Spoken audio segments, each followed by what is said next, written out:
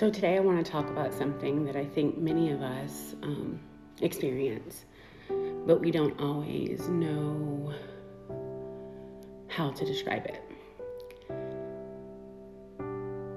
You can love God and still find yourself drifting.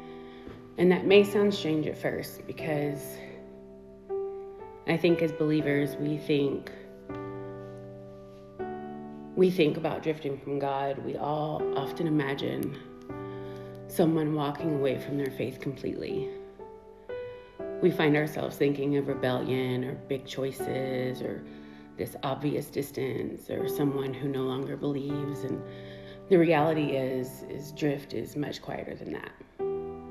Sometimes you find yourself still praying, still going to church, still serving, still showing up for your family, your ministry, your job, your responsibilities. And from the outside, everything still looks on track. Everything still looks faithful. But on the inside, something feels a little thinner. You still love God, but you don't feel as close to Him as you once did. You still believe, but your prayers feel rushed. You still open up the Word, but maybe it feels like more like something to check off than a place that you really just sit and linger. You still serve, but the joy feels quieter. You've just slowly drifted.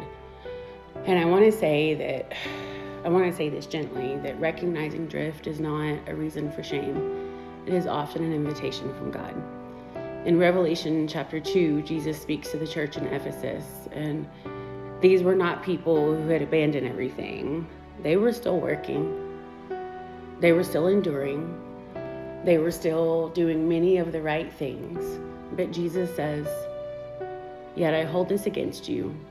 You have forsaken the love you had at first." And that verse, it always gets my attention because it reminds me that it is possible to be active in faith and still lose tenderness in our relationship with God. It is possible to keep doing for God while slowly losing connection with God. And I don't say that as someone who's pointing a finger. I say that as someone who has lived it. There have been seasons in my life where I found myself serving and leading, writing, working, teaching, caring for other people, and doing meaningful things. But I was tired. My attention was divided. My time with God was rushed. I was giving Him pieces of me, but not always my full attention. And the hard part was that none of it looked wrong. None of it felt wrong. And that's what makes drift so subtle, because it often happens with good things. Good responsibilities, good ministry, good work, good caregiving, good opportunities. But even good things can become heavy when they begin to crowd out abiding. In John 15, Jesus says, "Remain in me, as I also remain in you." And He reminds us that He is the vine and we are the branches. A branch that does not produce fruit by trying harder. It produces fruit by staying connected. And that truth is so simple, but it is also so easy to forget because many of us are very good at producing. We produce lessons, events, meals, encouragement, posts, Bible studies, schedules, service. We keep moving, we keep showing up, and eventually, if we are not abiding, what we produce starts to feel different. The words get heavier, the joy gets thinner, the peace becomes harder to find, and the presence of God begins to feel distant, even though He is not moved. And that is what's important here. God has not moved. So what do we do when we realize that we have drifted? I think we begin with noticing, not with trying to fix everything or making some big dramatic plan, not shaming ourselves into doing better, but simply noticing. And that may be something like asking yourself, "Lord, where has my attention gone? What has been crowding out my time with you? Where have I been moving through the motions instead of living from connection?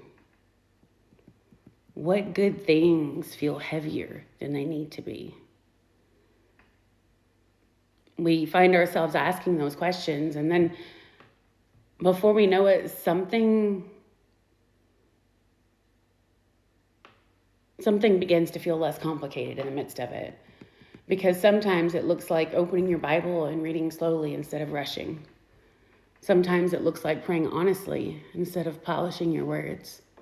Sometimes it looks like saying, Lord, I still love you, but I know I have not been as near as I want to be.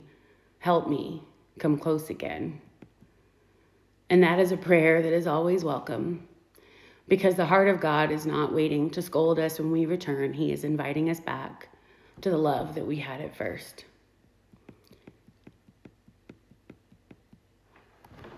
I think if you hear anything from this, I want it to be that you can love God and still drift. But by his grace, you can also return. And you do not have to return perfectly. You just have to turn towards him again. And he's waiting. He hasn't moved. He hasn't left. He's just waiting to draw us back to the love that we had at first and to help us receive that invitation without shame. Thank you.